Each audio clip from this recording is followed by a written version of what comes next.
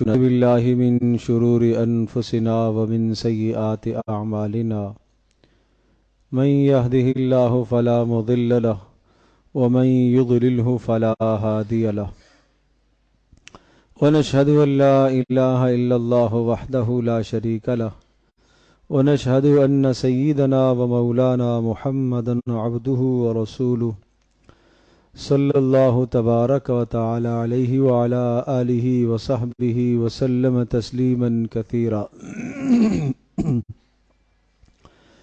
اما بعد فاعوذ باللہ من الشیطان الرجیم بسم اللہ الرحمن الرحیم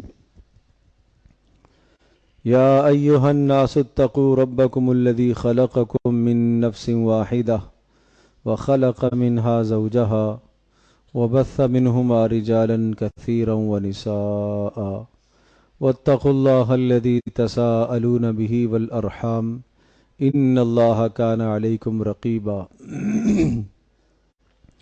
وقال الله عز وجل يا أيها الذين آمنوا اتقوا الله حق تقاته ولا تموتن إلا وأنتم مسلمون وقال الله عز وجل يا أيها الذين آمنوا اتقوا الله وقولوا قولا سديدا يصلح لكم أعمالكم ويغفر لكم ذنوبكم ومن يطع الله ورسوله فقد فاز فوزا عظيما وقال رسول الله صلى الله تبارك وتعالى عليه وسلم النكاح من سنتي وقال رسول الله صلى الله تعالى عليه وسلم فمن رغب عن سنتي فليس مني أو كما قال عليه الصلاة والسلام وقال رسول الله صلى الله تبارك وتعالى عليه وسلم أعظم النكاح بركة أيسره مؤونة أو كما قال عليه الصلاة والسلام اللهم صل على محمد وعلى آل محمد كما صليت على إبراهيم وعلى آل إبراهيم إنك حميد مجيد اللهم بارك على محمد وعلى آل محمد كما باركت على إبراهيم وعلى آل إبراهيم إنك حميد مجيد اللہ جل جلالہ نے انسان کو اس دنیا میں اپنی بندگی اور عبادت کے لیے پیدا فرمایا ہے، اور اس عبادت اور بندگی کو ادا کرنے کے لیے اس دنیا میں انسان کی بہت ساری حوائج اور ضروریات بھی ہے۔ انسان محنت کرے گا، مزدوری کرے گا اور مشقت کر کے مال حاصل کرے گا تو اس مال کے ذریعے سے یہ اپنا پیٹ بھی پالے گا، اپنے بچوں کا پیٹ بھی پالتا ہے، اور جب یہ کھاتا ہے پیتا ہے، طاقت پیدا ہوتی ہے تو اللہ کی بندگی کرنا بھی اس کے لیے آسان ہے۔ خالی پیٹ ہے، بھوک لگی ہوئی ہے تو اس شدید بھوک کی حالت میں حکم ہے کہ آپ پہلے اپنے پیٹ کا انتظام کرو، پھر نماز میں آنا، اس لیے کہ نماز میں بھی آپ کو خیالات آئیں گے، وسوسے آئیں گے، تو اس لیے پہلے اپنے پیٹ کا انتظام، بھوک کا انتظام کر لو۔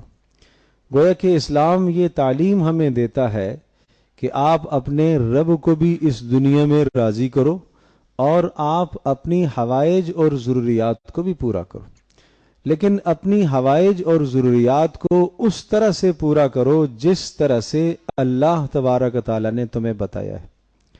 جیسے اس دنیا میں انسان کھانے کا محتاج ہے، جیسے آدمی پینے کا محتاج ہے، جیسے آدمی رہائش کے لیے مکان کا محتاج ہے، سردی لگتی ہے تو کپڑوں کا محتاج ہے، گرمی لگتی ہے تو ٹھنڈے اسباب اختیار کرنے کا محتاج ہے، یہ انسان کی اس دنیا کی ضروریات ہے۔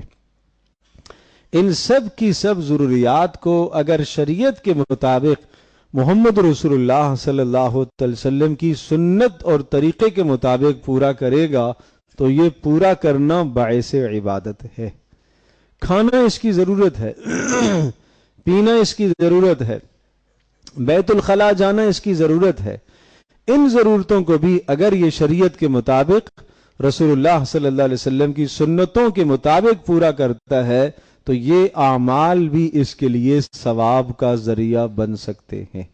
بیت الخلاء جانا بھی ثواب کا ذریعہ بن سکتا ہے اگر سنت کے مطابق ہو تو جب اتنا چھوٹا سا ایک معمولی کام جو انسان کی ضرورت ہے اور ہر آدمی کے ساتھ یہ ضرورت لگی ہوئی ہے، اس ضرورت کو سنت کے مطابق پورا کرتا ہے تو باعث اجر اور باعث ثواب ہے. بالکل اسی طرح سے نکاح بھی انسان کی ایک ضرورت ہے. کھانے کی، پینے کی اور قضاء حاجت کرنے کی ضرورت انسان تو کیا حیوان بھی پوری کرتا ہے. انسان اور حیوان میں فرق یہی ہے کہ حیوان اپنی مرضی کے مطابق ان ضروریات کو پورا کرے گا، جیسا چاہے گا کھا لے گا، حلال حرام کی تمیز نہیں دیکھے گا. جہاں چاہے گا اپنی ضرورت کو پورا کرے گا، اس کے لیے کوئی ادب نہیں ہے، اس لیے کہ وہ حیوان ہے، وہ جانور ہے. اسے نہ مسجد کی تمیز، اسے نہ گھر کی تمیز، اسے نہ باڑے کی تمیز، اسے نہ راستے کی تمیز، اسے کوئی تمیز نہیں. اس لیے کہ انسان نہیں ہے، وہ حیوان ہے. انسان کو اللہ پاک نے شعور عطا فرمایا، انسان کو اللہ پاک نے سمجھ عطا فرمائی. انسان ان تمام کے تمام کاموں کو اگر آداب کے دائرے میں رہتے ہوئے پیارے پیغمبر صلی اللہ علیہ وسلم کی سنتوں کے مطابق انجام دیتا ہے تو یہ اعمال اس کے لیے باعث ثواب بن جاتے. اسی طرح سے شادی کی ضرورت اور ایک جنسی تسکین ایک ہر حیوان کی ضرورت ہے. حیوان بھی اس ضرورت کو پورا کرتا ہے، لیکن انسان بھی اس ضرورت کو پورا کرتا ہے. اور انسان اگر محمد رسول اللہ صلی اللہ تعالی علیہ وسلم کی سنت کے مطابق اس عمل کو انجام دیتا ہے اور پورا کرتا ہے تو رسول اللہ صلی اللہ علیہ وسلم نے فرمایا ان نکاح من سنتی، نکاح تو میری سنت ہے، نکاح تو میرا طریقہ ہے. جب نکاح رسول اللہ صلی اللہ علیہ وسلم کی سنت ہوئی تو معنی یہ ہوا کہ رسول اللہ کی سنت تو عبادت ہوتی ہے، نکاح تو عبادت ہے. تو پتہ یہ چلا کہ نکاح کا پہلا مقصد یہ ہے کہ نکاح عبادت ہے.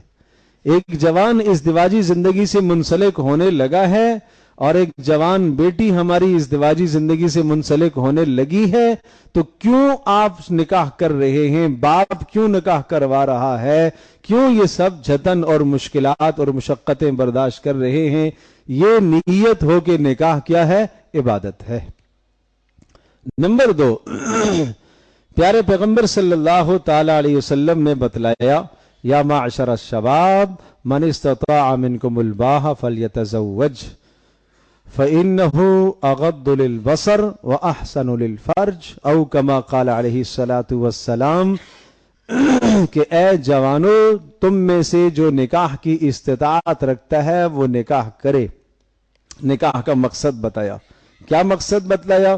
رسول اللہ صلی اللہ علیہ وسلم نے فرمایا نکاح کرنے کا مقصد یہ ہے کہ اس کے ذریعے سے آدمی کی نظریں نیچی ہو جاتی ہیں، اس کے ذریعے سے آدمی کو پاک دامنی حاصل ہو جاتی ہے، اس نکاح کے ذریعے سے آدمی بے شمار گناہوں سے بچ جاتا ہے. یہ رسول اللہ صلی اللہ علیہ وسلم نے نکاح کا مقصد ذکر فرمایا. تو پتہ یہ چلا کہ نکاح کا دوسرا مقصد کیا ہے کہ آدمی نکاح کے ذریعے سے بے شمار گناہوں سے بچ سکتا ہے. رسول اللہ صلی اللہ علیہ وسلم کی یہ تعلیم ہے. نمبر 3، نکاح اس لیے ہوتا ہے کہ نکاح پیارے پیغمبر صلی اللہ تعالی علیہ وسلم کی سنت کے علاوہ سب انبیاء کی سنت ہے. حضرت عبداللہ ابن مسعود رضی اللہ تعالیٰ عنہ کا ارشاد مبارک ہے کہ اگر مجھے پتہ چل جائے کہ میری زندگی کے صرف 10 دن رہ گئے ہیں اور میں بغیر نکاح کے گزاروں مجھے اچھا نہیں ہے، میں یہ چاہوں گا کہ میں نکاح کر کے اللہ سے ملاقات کروں. پتہ چلا یہ عبادت ہے. پھر نکاح اس لیے کیا جاتا ہے تاکہ انسان فتنوں سے، شرور سے بچ جائے. ایک شخص رسول اللہ صلی اللہ علیہ وسلم کی خدمت میں حاضر ہوئے. آپ علیہ الصلوۃ والسلام نے پوچھا کہ اے عکاف، آپ نے شادی کر لی ہے؟ انہوں نے کہا نہیں اللہ کے رسول شادی تو نہیں کی۔ آپ نے فرمایا تمہارے پاس مال نہیں ہے؟ کہا جی مال تو ہے، اتنا اتنا میرے پاس مال ہے۔ تو آپ نے پھر ارشاد فرمایا اتنا اتنا مال ہونے کے باوجود اگر آپ نکاح نہیں کر رہے ہو تو تم تو پھر شیطان کے بھائی ہو، تم تو پھر شیطان کے بھائی ہو۔ کس قدر رسول اللہ صلی اللہ تعالی علیہ وسلم نے اس موقع پر ڈانٹا ہے کہ یہ رہبانیت کی زندگی، ترک ازواج، بیویوں سے الگ تھلگ رہنے والی زندگی، یہ رسول اللہ صلی اللہ علیہ وسلم کو پسند نہیں تھی۔ ایک شخص نے کہا آپ علیہ السلام کو پتہ چلا 3 آدمی تھے، ایک نے کہا کہ انہوں نے رسول اللہ صلی اللہ علیہ وسلم کے اعمال کا پوچھا۔ حضرت عائشہ رضی اللہ تعالی عنہا نے اعمال بتلائے کہ آپ علیہ السلام رات کو قیام بھی کرتے ہیں، آپ رات کو سوتے بھی ہیں۔ روزوں کی کیا کیفیت ہے؟ روزہ بھی رکھتے ہیں، کبھی نہیں بھی رکھتے، نفلی روزوں کی بات۔ شادیاں وہ بھی رسول اللہ صلی اللہ علیہ وسلم نے کی ہوئی ہیں۔ تو تینوں نے کہا کہ رسول اللہ تو بخشے بخشائے تھے، آپ علیہ السلام کے تو کوئی صغیرے کبیرے چھوٹے بڑے گناہ ہیں ہی نہیں ہیں، ہم تو گناہگار لوگ ہیں، ہمیں تو بہت زیادہ عبادت کرنی چاہیے۔ ایک نے کہا میں ہمیشہ روزہ رکھا کروں گا، میں آج کے بعد کبھی روزہ نہیں چھوڑوں گا۔ دوسرے نے کہا میں ساری رات نفل پڑھوں گا، میں سوؤں گا نہیں رات کو۔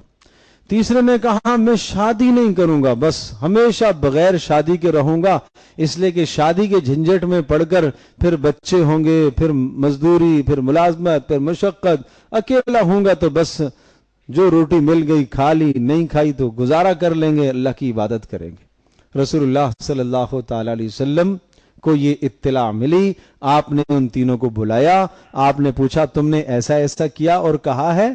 انہوں نے کہا جی اللہ کے رسول ہم نے ایسا کیا ہے، اس لیے ہم نے ایسا کیا ہے۔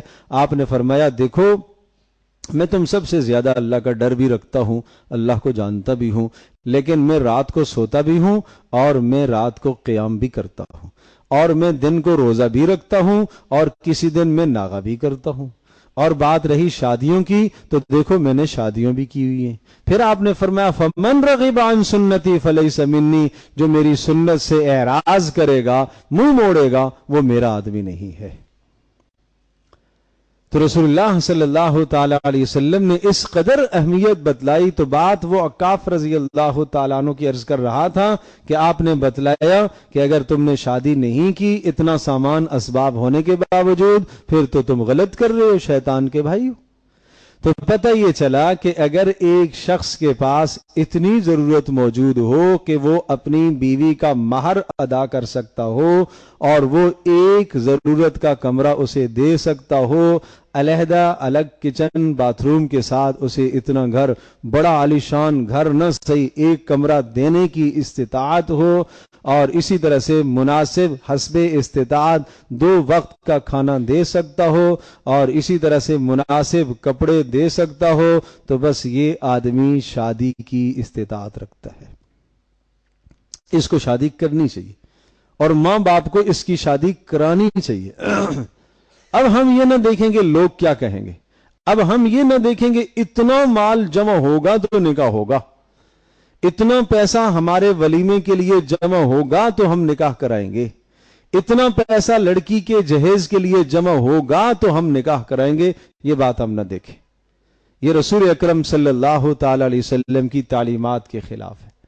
پیارے نبی صلی اللہ تعالی علیہ وسلم کی تعلیمات اس میں انتہائی سادہ تعلیمات تھی۔ تو حضرت صلی اللہ تعالی علیہ وسلم نے نکاح کے مقاصد سمجھائے، نکاح کی اغراض سمجھائی، اور قرآن میں ایک غرض یہ ہے وَمِنْ آيَاتِهِ أَنْ خَلَقَ لَكُم مِّنْ أَنفُسِكُمْ أَزْوَاجًا لِتَسْكُنُوا إِلَيْهَا۔ یہ نکاح اس لیے ہوتا ہے، شادی اس لیے ہوتی ہے، جوڑا جوڑا تمہیں اس لیے بنایا گیا ہے لِتَسْكُنُوا إِلَيْهَا، تاکہ تمہیں سکون حاصل ہو۔ تو نکاح کا مقصد سکون کا حصول بھی ہے۔ رسول اللہ صلی اللہ تعالی علیہ وسلم نے یہ بھی مقصد ذکر فرمایا تزوج الودود الولود فانی مکافر بکم الامم یوم القیامہ۔ نکاح کا مقصد حصول اولاد بھی ہے، یہ بھی حدیث میں آیا ہے، قرآن مقدس میں بھی یہ بات آئی ہے، علم اللہ انکم کنتم تختارون انفسکم فتاب علیکم فالآن باشروہن وابتغوا ما کتب اللہ لکم، یعنی اس شادی کے ذریعے سے اور میاں بیوی کے قربت کے ذریعے سے اللہ نے جو تمہارے نصیب میں اولاد اور مقدر لکھی ہے اس کے لیے اسباب اختیار کرو. پتہ یہ چلا کہ اولاد کا حصول مقصد ہے. یہاں سے وہ فلسفہ بھی بالکل بیکار ہو گیا جو فلسفہ یہ پیش کیا جاتا ہے کہ بچے بس دو ہی اچھے. رسول اللہ صلی اللہ علیہ وسلم نے یہ بتلایا کہ آپ ایسی عورت سے نکاح کرو، یہ حدیث بتا رہا ہوں، تزوج الودود الولود، جو محبت بھی بہت کرنے والی ہو اور جو زیادہ بچے جننے والی ہو. کیوں ہے اللہ کے رسول؟ کیوں؟ کہیں ایسا تو نہیں ہے کہ کائنات میں جناب ہم بچے زیادہ ہو جائیں گے تو اخراجات کا کیا بنے گا؟ نہیں نہیں نہیں، رازق تو اللہ ہے بھائی، خالق تو اللہ ہے. جس مالک پاک پروردگار نے جس کا انتظام کرنا ہے، جو جوڑا جیسے ہی جوڑا بنتا ہے اور اس جوڑے کے بننے کے بعد حدیث میں صاف صاف بیان کیا گیا ابھی تک اولاد پیدا نہیں ہوتی، پہلے ہی اس کے لیے لکھ دیا جاتا ہے اس نے دنیا میں کیا کھانا ہے، اس نے کتنا زندہ رہنا ہے، اس نے کب تک رہنا ہے، اس نے کہاں مرنا ہے، یہ سب نظام طے ہوتا ہے اللہ کا. کیا کوئی ایسا ممکن ہے ایک اسکول کے اندر ایک پرنسپل ہے، وہ جانتا ہے کہ میرے اسکول میں کتنی گنجائش ہے، اسی حساب سے وہ داخلہ دیتا ہے، اسی حساب سے وہ داخلہ دے گا. تو کیا اس کائنات میں اللہ نہیں جانتا کہ کتنی گنجائش ہے؟ اسی حساب سے اللہ پیدا کرے گا. یہ سلسلہ ہم کیوں اس میں پریشان ہوتے ہیں؟ وَمَا مِن دَابَّةٍ فِي الْأَرْضِ إِلَّا عَلَى اللَّهِ رِزْقُهَا. تم تو انسان ہو، چوپایا اور درند چرند پرند اللہ تبارک تعالیٰ نے ان کی روزی کا ذمہ بھی اللہ نے لیا ہوا ہے. انسان کہتا ہے میں کھلاتا ہوں، انسان کہتا ہے میں مزدوری کرتا ہوں تو کھلاتا ہوں. یہ غلط سوالات ہیں، یہ غلط باتیں ہیں. جو اللہ اور اس کے رسول صلی اللہ تعالی وسلم کی بتلائی باتیں وہ حق ہیں. اور پھر نکاح کا ایک مقصد یہ بھی سمجھایا فَإِنِّي مُكَاثِرٌ بِكُمُ الْأُمَمَ يَوْمَ الْقِيَامَةِ. یہ بات کبھی آپ نے سوچی ہے نکاح کی مقصد؟ کہ تم نکاح کرو گے، اولادیں زیادہ ہوں گی تو قیامت کے دن میں فخر کروں گا کہ میری امت کے افراد اتنے اتنے زیادہ ہو گے. کیا میرے اور آپ ہر آدمی یہ چاہے کہ میرے کسی عمل سے رسول اللہ صلی اللہ تعالی وسلم کو خوشی نصیب ہو جائے، آپ کو سکون نصیب ہو جائے، آپ میری کسی عمل کی وجہ سے آپ فخر کریں؟ کیا یہ سعادت کی بات نہیں ہے؟ یہ سعادت اور خوش نصیبی کی بات نہیں ہے؟ اگر اور کوئی مقصد نہ ہوتا، صرف یہی بات ہوتی کہ زیادہ تعداد ہوگی امت کی تو رسول اللہ قیامت کے دن فخر فرمائیں گے، یہ بھی تو بہت بڑی سعادت ہے. تو پیارے پیغمبر صلی اللہ تعالی علیہ وسلم نے نکاح کے مقاصد ذکر فرمائے اور نکاح کے معاملات کو حضرت صلی اللہ تعالی وسلم نے بہت آسان اور سہل قرار دیا. اور جتنا نکاح کا معاملہ آسان ہوگا اتنا ہی معاشرے سے بے حیائی ختم ہوگی. اور نکاح کا ایک مقصد یہ بھی ہے، جو لوگ بغیر نکاح کے رہتے ہیں، ایک شخص آپ علیہ الصلوۃ والسلام نے فرمایا مسکین ہے مسکین ہے مسکین ہے، 3 بار آپ نے فرمایا. کون؟ اے اللہ کے رسول کون مسکین ہے؟ کہا وہ شخص جس کی بیوی نہ ہو، وہ شخص جس کی استطاعت ہے لیکن بیوی نہیں ہے، مسکین ہے وہ عورت مسکینہ ہے مسکینہ ہے مسکینہ ہے. کون؟ کہ جس کا شوہر نہ ہو، خاوند نہ ہو. آج کیوں زندگیاں گزرتی ہیں ہمارے جوانوں کی اور ہماری جوان بیٹیوں کی زندگیاں کیوں ڈھل جاتی؟ اس لیے کہ نکاح کو ہم نے رسم بنایا ہے، ہم نے عبادت نہیں سمجھا. نکاح کے یہ بھی لوازمات ہیں، یہ بھی ہونا چاہیے، یہ بھی ہونا چاہیے، یہ بھی ہونا چاہیے. یہ سب لوازمات ہیں جو رسول اکرم صلی اللہ علیہ وسلم کے زمانے میں نہیں تھے. پیارے پیغمبر صلی اللہ تعالی علیہ وسلم کے یہاں نکاح کس قدر آسان اور سہل اور سادہ. آپ علیہ الصلوۃ والسلام انتخاب رشتہ ہے. ہر آدمی سوچتا ہے کہ میں رشتے کا انتخاب کیسے کروں. آپ پوچھئے نا رسول اللہ صلی اللہ علیہ وسلم کی سیرت کیا ہے، اسلام کی تعلیمات انتخاب رشتہ کے لیے کیا انتخاب ہے، کیا تعلیمات ہیں اسلام کی. رسول اللہ صلی اللہ علیہ وسلم نے فرمایا کہ دیکھو نکاح کیا جاتا ہے مال دیکھ کر، حسب نسب دیکھ کر، خاندان دیکھ کر، فاظفر بذات الدین تربت یداک، آپ دین کو بنیاد بنا کر نکاح کرو، تم کامیاب ہو جاؤ گے۔ یہ اللہ کے نبی کامیابی کو کس کے ساتھ جوڑ رہے؟ دین کے ساتھ۔ عسى ربه ان طلقكن ان يبدله ازواجا خيرا منكن مسلمات مؤمنات قانتات تائبات عابدات سائحات۔ یہ 6 صفات ایک عورت کے اندر دیکھنی چاہیے جو اللہ تبارک تعالی نے اپنے نبی صلی اللہ تعالی وسلم کی بیویوں کے لیے بیان فرمائی۔ کیا کائنات میں نبی کی بیویوں سے زیادہ کوئی محترم اور مقدس اور اعلیٰ اور بلند صفات والی عورتیں ہو سکتی ہیں؟ نہیں ہو سکتی نا۔ کیا صفات ہیں؟ مسلمات، سر سے لے کر پیر تک اسلام سجا ہوا ہو، مومنات، دل میں اللہ کی ذات عالی پر مکمل اعتماد اور بھروسہ اور یقین ہو، قانتات، فرما بردار ہو۔ کس کی فرما بردار؟ ماں باپ کی فرما بردار ہو شادی سے پہلے، شادی کے بعد فرما بردار ہو شوہر کی، دونوں حالتوں میں، شادی سے پہلے شادی کے بعد کس کی فرما بردار؟ اللہ کی بھی فرما بردار۔ تائبات، اپنی غلطی کا اعتراف کرنے والی ہو۔ کتنی خوبصورت خوبی اور صفت ہے غلطی کا توبہ کرنے والی۔ اللہ کے حق میں کوتاہی ہو گئی، توبہ کر لے، غلطی کا اعتراف کر لے۔ باپ کے حق میں کوتاہی ہو گئی، توبہ کر لے، اعتراف کر لے۔ بھائی کے حق میں کوتاہی ہے، اعتراف کر لے۔ شوہر کے حق میں کوتاہی ہو گئی، اپنی غلطی کا اعتراف کر لے۔ تائبات عابدات، اس کی زندگی عبادت سے سجی ہوئی ہونی چاہیے۔ اس کی زندگی میں عبادت ہوگی تو آگے نسل جو پیدا ہوگی اس نسل میں بھی عبادت ہوگی۔ سائحات، روزے دار، خواہشات پر کنٹرول کرنے والی ہو، قابو پانے والی ہو، اس لیے کہ خواہشات پر اگر قابو پانا عورت کو آ گیا تو کم خرچ میں زندگی گزر جائے گی۔ یہ 6 خوبصورت صفات ہیں جو ایک عورت کے اندر ہونی چاہیے، یہ 6 صفات۔ اور ادھر مرد میں کیا صفات ہیں؟ آپ کی بیٹی جوان ہو گئی ہے اور آپ رشتہ دیکھنا چاہتے ہیں، رسول اللہ صلی اللہ علیہ وسلم کی تعلیم ہمارے لیے کیا رہنمائی دے رہی ہے؟ رسول اللہ صلی اللہ علیہ وسلم کی تعلیم زندگی کے ہر مرحلے کے لیے ہمارے لیے بہترین رہنما ہے۔ آپ نے ارشاد فرمایا جب ایسے شخص کا پیغام آپ کے پاس آ جائے کہ من ترضون خلقہ و دینہ، جس کے اخلاق بھی آپ کو پسند ہوں اور جس کا دین بھی آپ کو پسند آ جائے، تو اپنی بیٹی کا رشتہ اسے دے دو۔ یہاں آپ نے نہیں فرمایا اس کا مال بھی ہو، یہاں آپ نے نہیں فرمایا اس کا نسب بھی ہو، یہاں آپ نے نہیں فرمایا اس کا اقتدار بھی ہو، یہاں آپ نے نہیں فرمایا وہ ایسی ملازمت کرتا ہو، یہاں یہ نہیں فرمایا بہت اونچی ڈگری والا ہو۔ اخلاق اچھے ہیں، دین اچھا ہے، اخلاق اچھے ہیں، دین اچھا ہے۔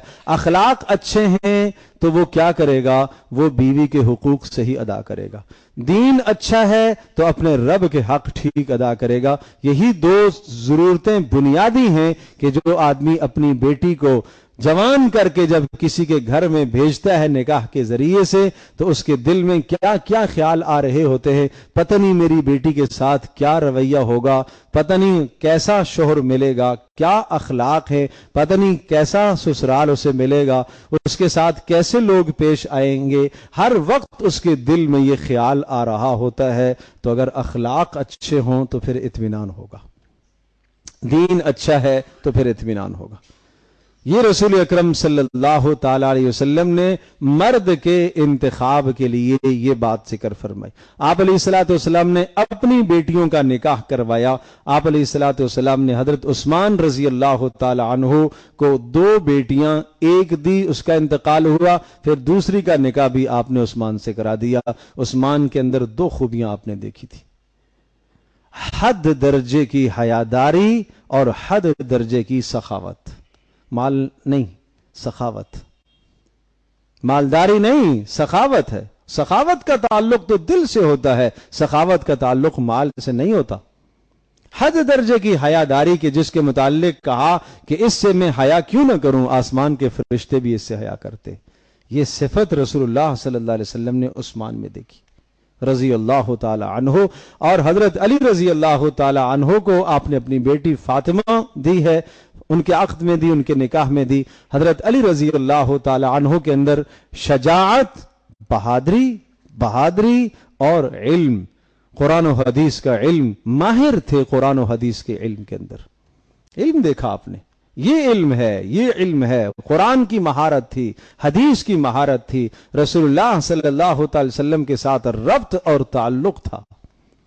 تو میرے عزیز دوستو بزرگوں، ان چیزوں کو ہم معیار بنا کر اگر چلیں تو شادیاں تو بہت آسان ہیں، اور اگر ہم نے یہود و نصارہ سے کچھ نہ کچھ لے لیا، کچھ ہندوانہ رسموں سے ہم نے حاصل کر لیا، تو پھر ہماری شادیاں انتہائی مشکل ہو جائیں گی، پھر ہماری جوان بیٹیوں کی زندگیاں بیچاریوں کی گزر جائیں گی، پھر وہ ڈپریشن کا شکار ہو جائیں گی، اور پھر ان کی زندگی تلخ ہو جائے گی۔ پھر رسول اللہ صلی اللہ علیہ وسلم کے ارشاد کے مطابق وہ شیطان کی حمایت کرنے والیاں ہوں گی، وہ شیطان کی بہنیں بن جائیں گی۔ اللہ پاک ہمارے معاشرے کو اس سے محفوظ فرمائے۔